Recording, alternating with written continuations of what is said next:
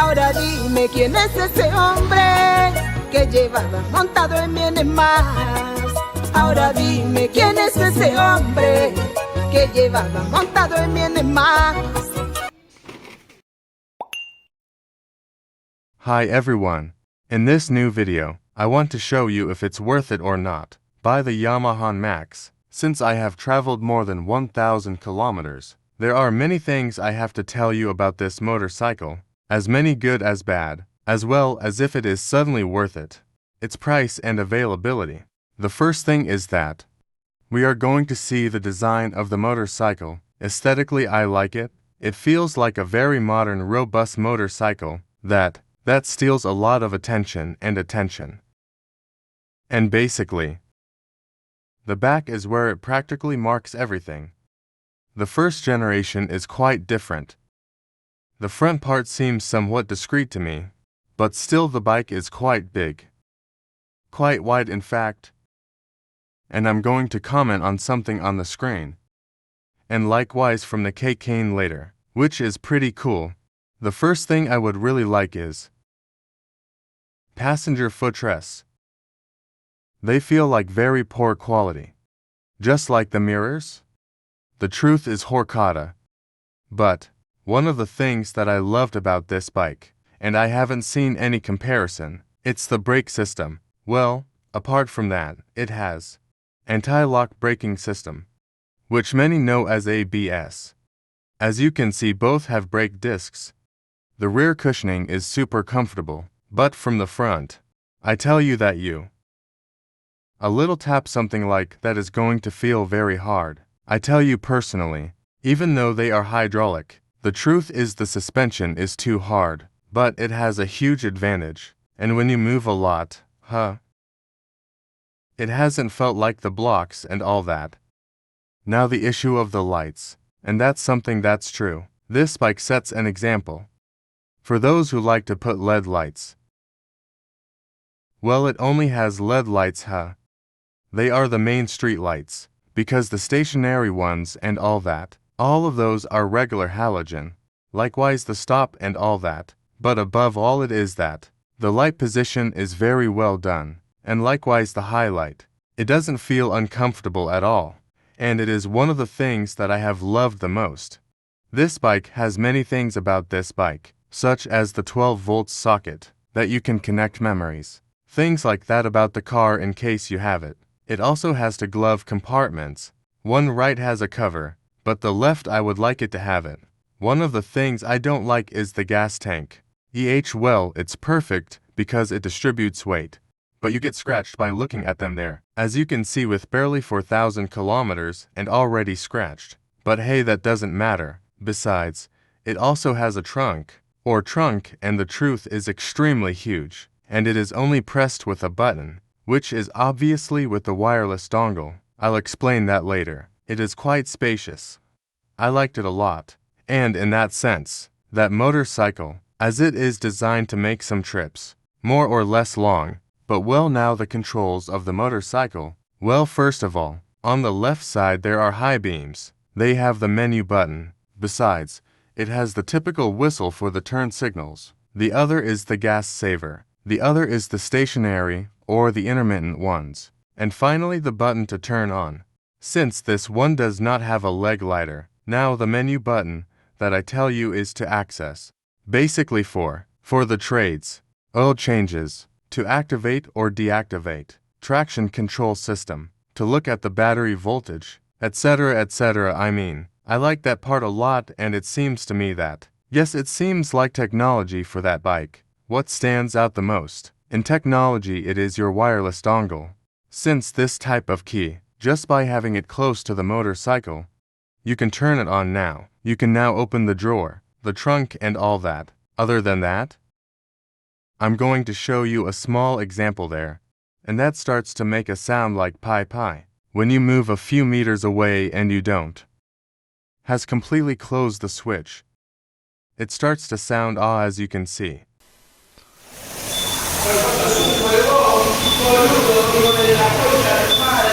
As you could see, I forgot to close. And in case the key is lost or you don't have it, sounds like you and it gives you time to look for the keys until you have her close. Another of the most impressive things is the electric ignition. It doesn't sound at all. Just listen to this example.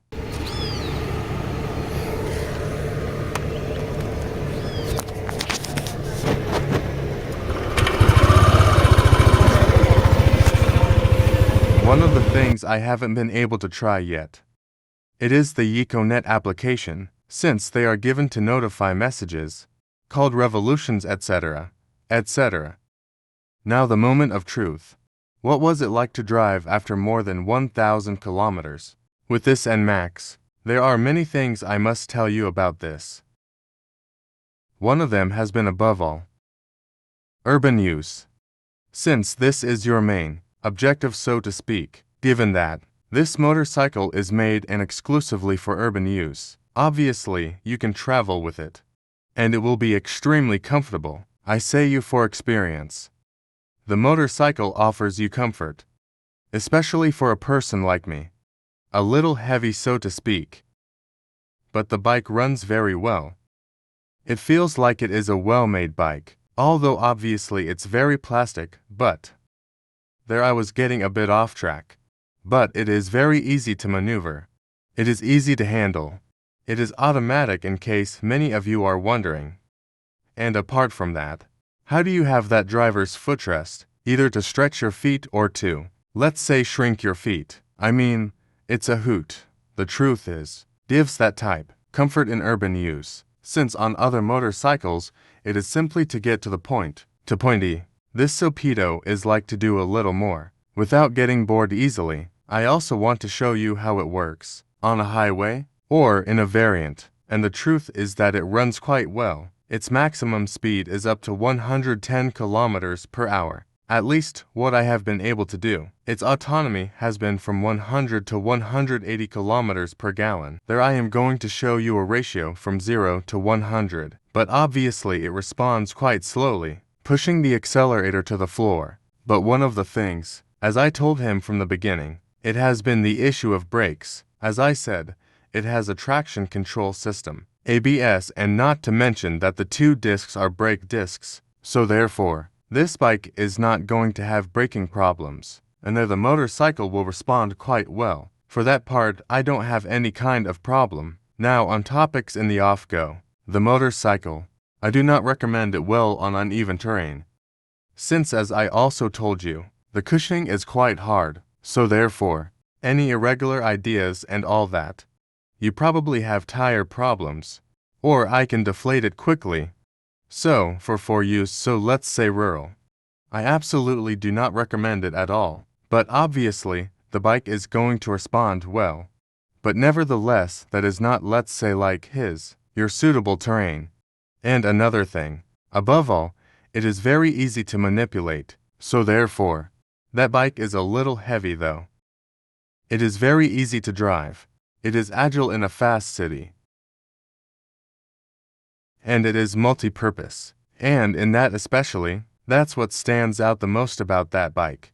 Because in driving, for me it has been 7 out of 10, because it is practically not perfect in this life. But for any person they are going to tell you what it is, 10 out of 10, because practically they are going to be a very ideal motorcycle. And if I tell you that, it is because more than one person who does not know how to drive, or is it a woman, they want to have that motorcycle, but there is a small catch. Well, I say, 2 traps, and I'm going to comment at the end of the video. How does it behave on climbs? I'm just going to show you that I weigh 100 kilos, and goes up without any problem. For 2 people it has cost a little, but it still goes up, and well more than one will be asking, Daniel, where did you get that motorcycle? It's just that I was looking around and it's just that.